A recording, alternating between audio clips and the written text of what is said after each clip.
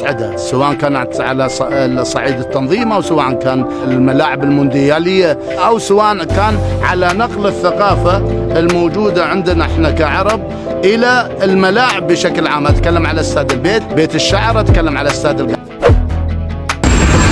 Terima kasih untuk support and sampai jumpa lagi. Ya, gugurnya timnas Indonesia di babak 16 besar bisa dikatakan akan merugikan pihak penyelenggara Piala Asia di Qatar. Negara Indonesia adalah satu-satunya negara terbesar di antara kontestan negara Piala Asia lainnya. Indonesia juga menjadi negara dengan fans terbanyak di ajang Piala Asia ini. Tentu, mereka akan rugi besar atas kehilangan jutaan penonton fans Indonesia. Seperti kita tahu, Indonesia menjadi salah satu negara terbesar di dunia dengan 273 juta penduduk yang dicap sebagai negara penggila bola. Ya, seperti kita tahu, AFC melihat Indonesia sebagai negara yang memiliki potensi industri sepak bola. Unsur-unsur penting seperti dukungan kuat dari negara, serta angka populasi warga Indonesia yang mencintai sepak bola juga begitu tinggi. Ini sebagaimana terlihat dari data yang dipublikasikan oleh perusahaan riset multinasional atau Ipsos tahun 2022 yang menempatkan Indonesia sebagai negara teratas dalam hal jumlah penggemar sepak bola.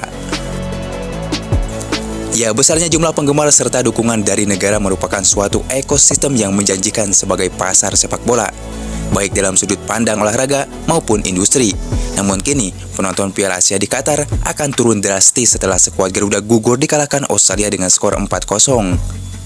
Mereka akan rugi besar setelah kehilangan piu penonton sebanyak 273 juta fans timnas Indonesia. Terima kasih untuk support and sampai jumpa lagi.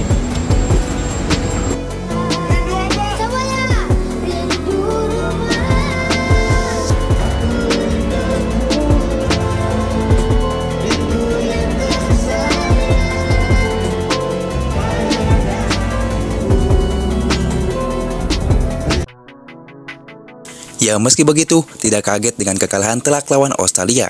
Perlu diingat, Australia salah satu negara langganan Piala Dunia yang saat ini berada di peringkat 25 dunia, sementara Indonesia berada di peringkat 146 dunia. Namun perlu kaget ketika permainan yang ditunjukkan Indonesia sudah mulai berada di level yang lebih baik, bahkan bisa dibilang menguasai pertandingan.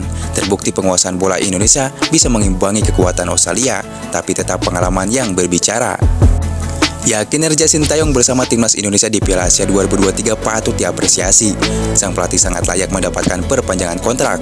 Terlepas dari hasil tadi, Sintayong berhasil menunjukkan permainan timnas Indonesia yang sangat bagus. Indonesia sangat berani dan percaya diri ketika berhadapan dengan tim yang levelnya sudah sampai di Piala Dunia, di mana pemain bisa meladeni permainan terbuka Australia lewat peluang-peluang lahir dari kaki Justin Hubner dan Marcelino Ferdinand. Hal ini bukti bahwa sentuhan tangan Sintayong dalam meracik taktik timnas Indonesia memang sangat jitu. Namun PR Sintayong setelah ini adalah mencari penyerang yang tajam, yang bukan cuma bisa pegang bola, namun juga harus bisa mencetak gol. Sementara itu, sebagai informasi, ada 6 pemain yang tak mendapatkan menit bermain di timnas Indonesia selama babak penyisihan grup Piala Asia. Mereka adalah Nadeo Argawinata, Muhammad Riyandi, Edo Febriansyah, Wahyu Prasetyo, Dendi Sulaistiawan, dan Ramadan Sananta. Semoga di lain waktu, ke-6 pemain ini bisa diberi kesempatan untuk menunjukkan kualitasnya. Ya, hari ini adalah harinya timnas telah dipastikan tersingkir, dan dengan segala hal baik dan buruknya selama turnamen yang sangat berkesan ini, kita kalah dengan tim top Asia seperti Irak, Jepang, Australia, dan sebaik-baiknya kita sudah melawan dengan skuad tenaga walaupun hasil belum berpihak. Kita akan datang lagi dengan di Piala Asia 2027 dengan skuad yang menakutkan. Apresiasi untuk kalian Sang Garuda, terima kasih sudah mencoba dan terima kasih sudah berjuang.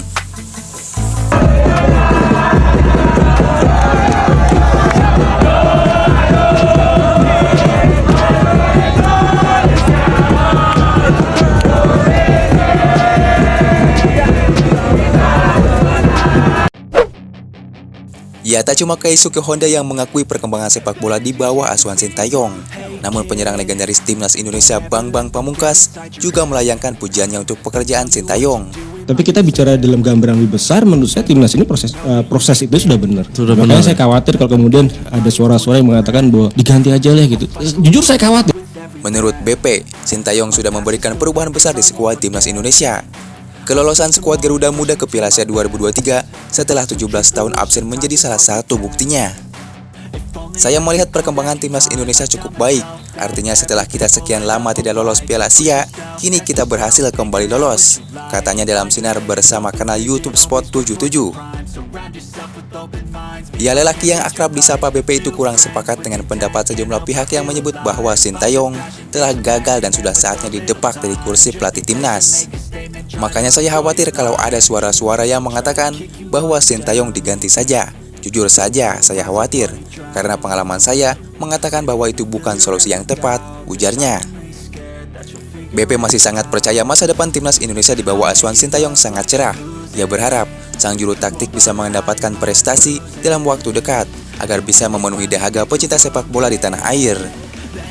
Kalau ada orang bilang bahwa ini saatnya dia diganti, menurut saya belum. Saya percaya dengan Sintayong, ujar yang mengerti dengan sepak bola. Tapi kita bicara dalam gambaran lebih besar, menurut saya timnas ini proses itu sudah benar. Makanya saya khawatir kalau kemudian ada suara-suara yang mengatakan bahwa diganti aja lah gitu. Jujur saya khawatir.